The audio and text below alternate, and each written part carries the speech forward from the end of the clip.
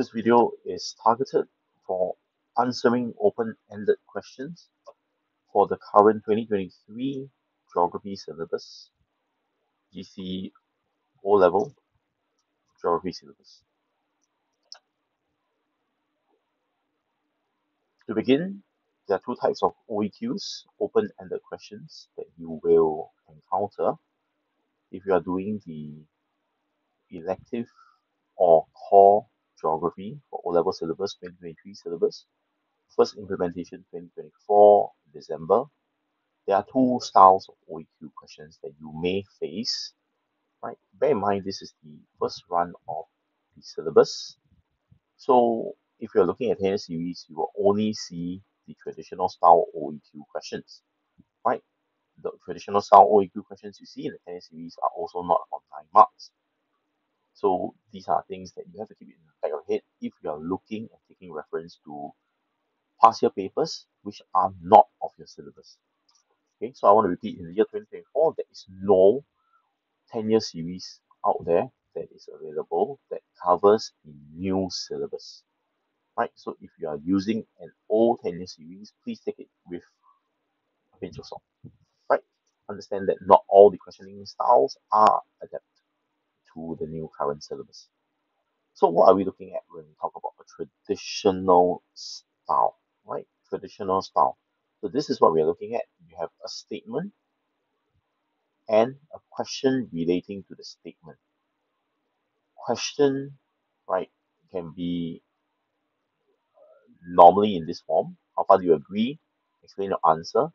When you see a combination of this kind of statement with this kind of a question and 9 marks, you need to automatically identify this is the open-ended question.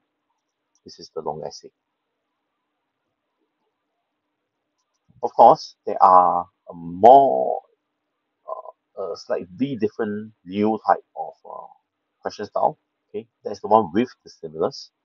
Right, so they give you similarly a statement, right, and they give you some factors that are in your syllabus that you have covered before with pertaining to the components that you are dealing with in that statement itself.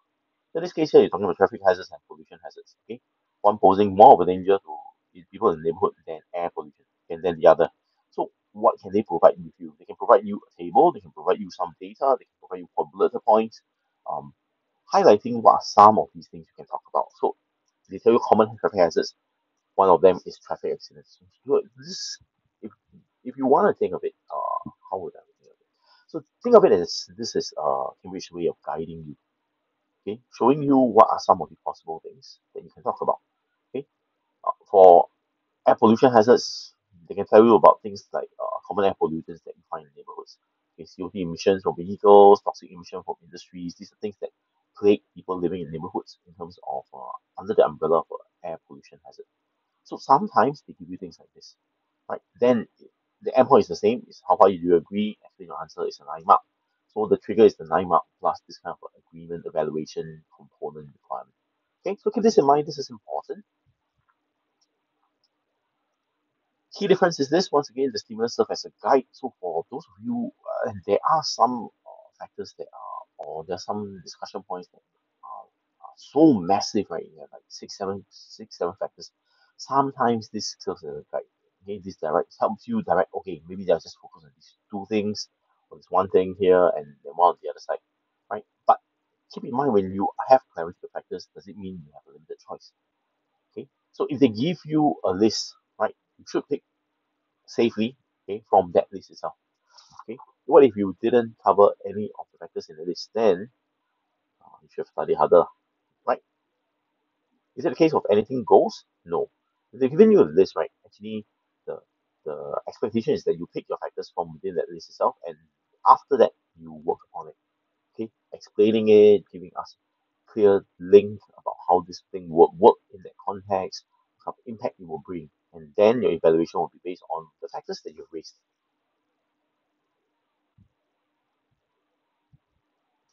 What will your answer look like then?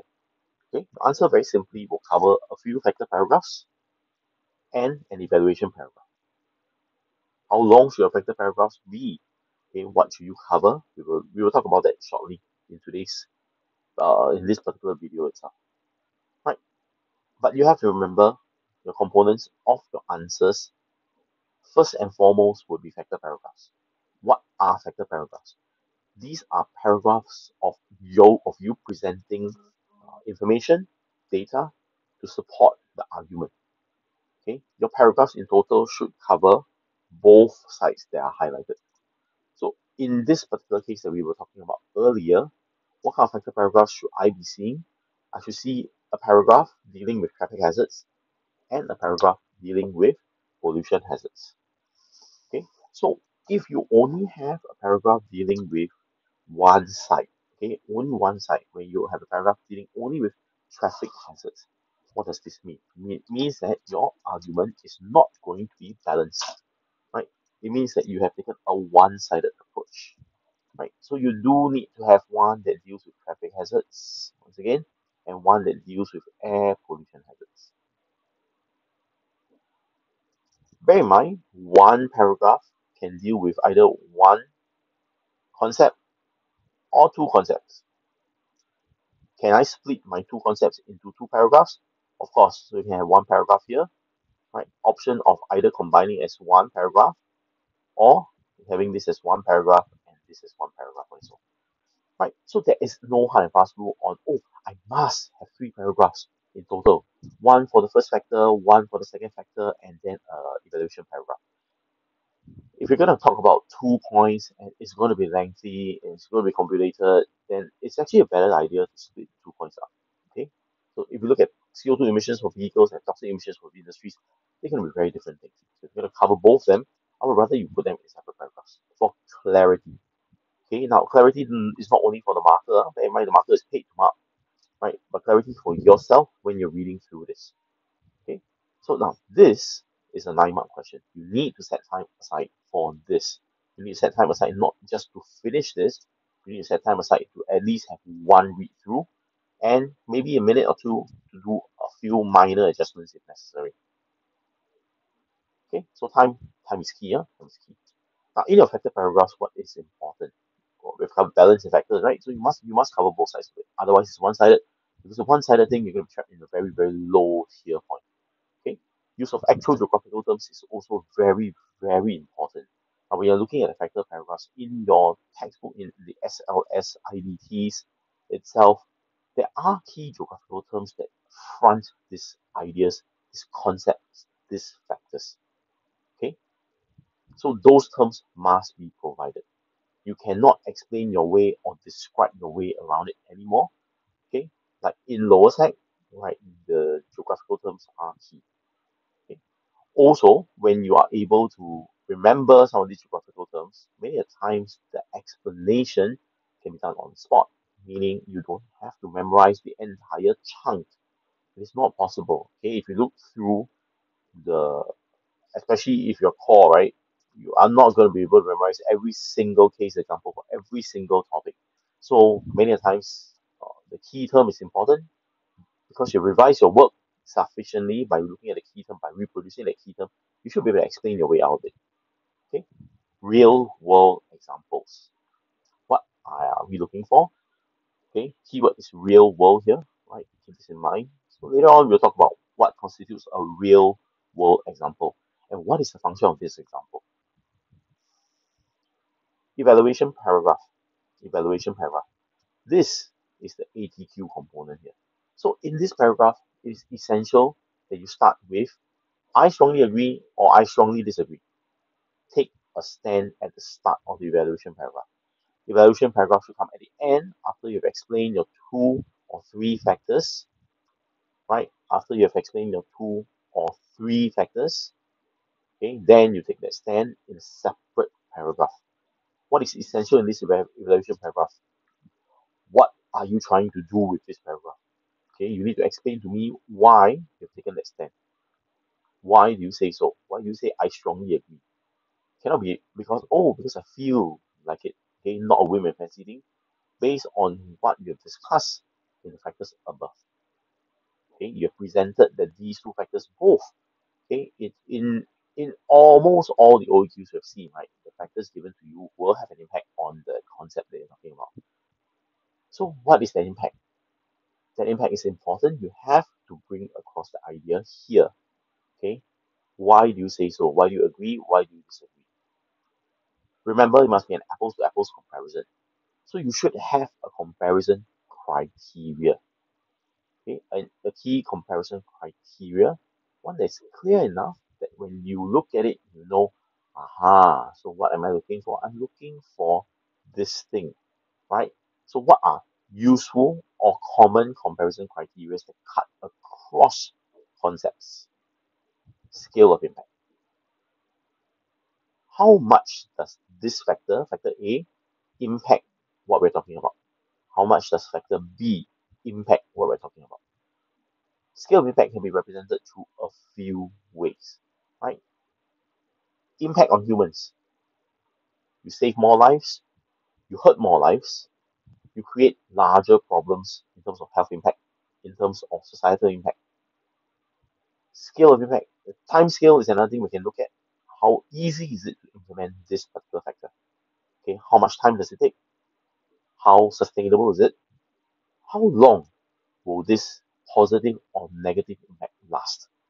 Right? These are things that you can compare. Right? So these are not limitations. I repeat, these are not limitations. These are things that you can compare, cut across almost all different types of factors. Okay, take one. Cost is the other one. How expensive, how cheap is it to implement this? Okay, so keep in mind when you're doing this kind of comparison based on these kind of factors, right?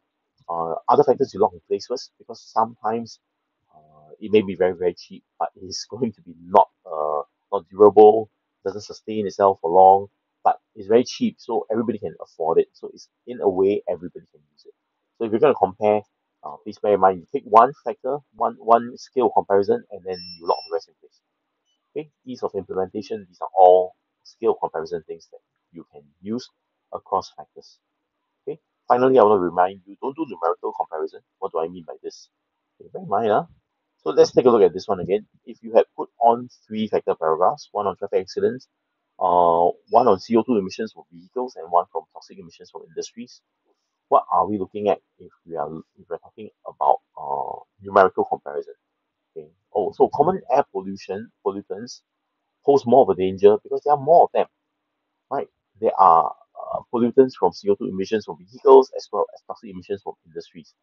While common traffic hazards, okay, there's only one hazard, which is traffic accidents that may pose a threat to people in neighborhoods. This is what I mean by numerical comparison. This is a very, very low level comparison. In this particular case here, if you look at scale of impact, you will understand that, oh yeah, although it's a numerical thing, but scale of impact is actually very clear that air pollutants is a lot more dangerous. Okay, but do not, okay, do not do numerical comparison. This is very, very important. Please don't do this.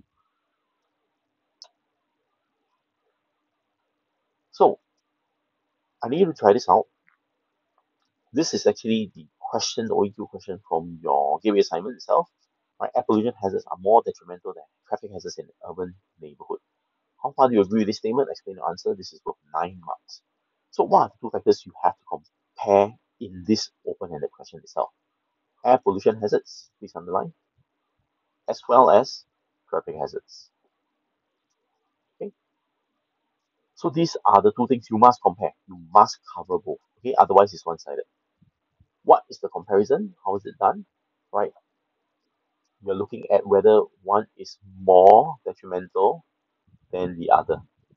Okay, so more detrimental means you create is going to be more damaging, create more damage. It's going to be worse for the people in the setting itself, which is an urban environment. Why is this setting important? Urban neighborhood important because there may be impacts that affect people outside urban neighborhoods. There may be global impacts. But if you're talking about not doesn't mean that you can talk about global impacts, but you have to link them back towards an urban neighborhood to provide that link to the setting itself. So these are the key things in the question. What are our factors? What is our comparison? Okay, the comparison trigger as well as where is the context that we're looking at. So every time we get a open-ended question, you need to first and foremost identify what are my factors. Okay, so I have my factor one and my factor two. Why do I do all these annotations? It's basically to remind myself, have I covered these two things in my checking of the answer? Have I covered these two things? Did I talk about being more detrimental in the evaluation paragraph itself? Okay, in my factor paragraph, did I bring it back to an urban neighborhood? Okay, because you're trying to answer this question, not plonk down whatever you have memorized. Okay, so once again, I want to highlight this type of question is not a memory contest. This is not spelling. Right? What you're doing is you're trying to reconfigure what you have learned into coherent paragraphs that can be used to compare against one another and provide some sort of evaluation at the end. Remember Sec 2? Right, for those of you who were with us in lower Sec, you would have done some form of an OEQ before. Okay, and you will remember that this idea of a limitation is compulsory. Okay, is compulsory. Now at upper sec, when you look at this particular question here, there is no limitation in terms of your air pollution hazards, in terms of your traffic hazards. There's nothing that you can put in as a clear limitation of how this is a limited, this can be limited in its implementation or in its experience for urban neighborhoods. So, not all questions lend themselves to limitations. Occasionally, you can omit them.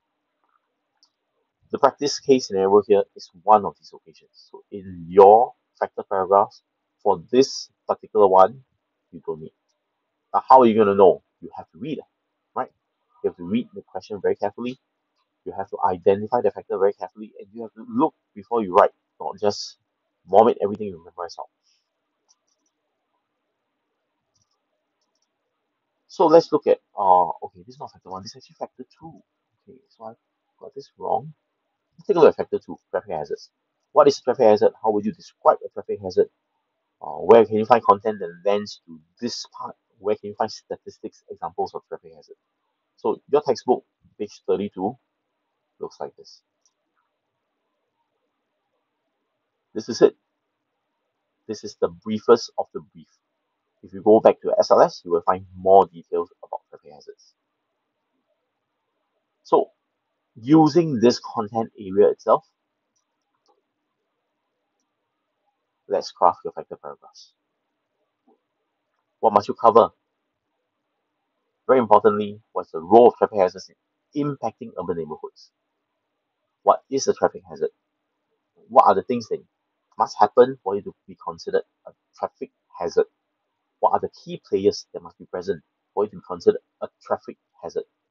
Okay, can it be a traffic hazard if it's a fire in your house? Can it be a traffic hazard if some child is playing on a skate scooter in the house and he crashes into his mother? So explain how the traffic hazard impact urban neighborhoods. Bear in mind, if you get in a traffic accident, right, you don't necessarily die. Okay, you can have minor traffic accidents where you suffer minor injuries. You can have serious traffic accidents where you suffer serious injuries like fractures, what else? Fall in the coma, and you can have the very fatal traffic accidents where people die. Okay, so please don't relate directly and say, oh, traffic hazards are very serious because when you have a traffic accident, you die. That's not what happens. Okay, I guarantee you that. Right?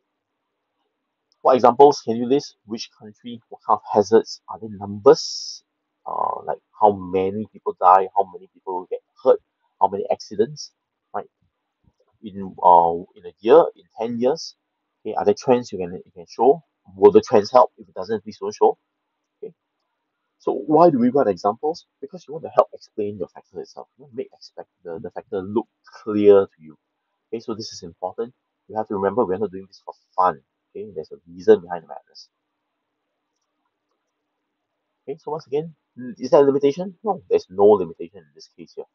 So bear in mind, you don't always have limitations, right? Most of the time you do. Most of the time factors do allow you for discussion on limitation. If it does allow, a better answer would include, of course, be the one that includes a limitation discussion. Okay, so in your pairs, right?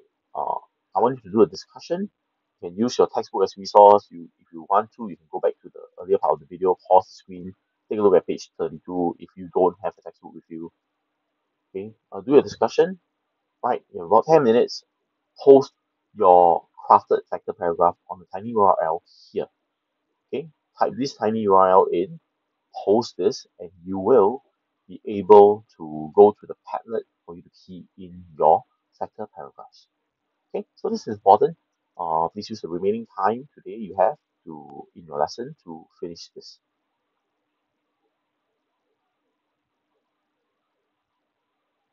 Right. So the video will end here. Right. I will go in and I will look at your postings and give you an evaluation in the next time I see you.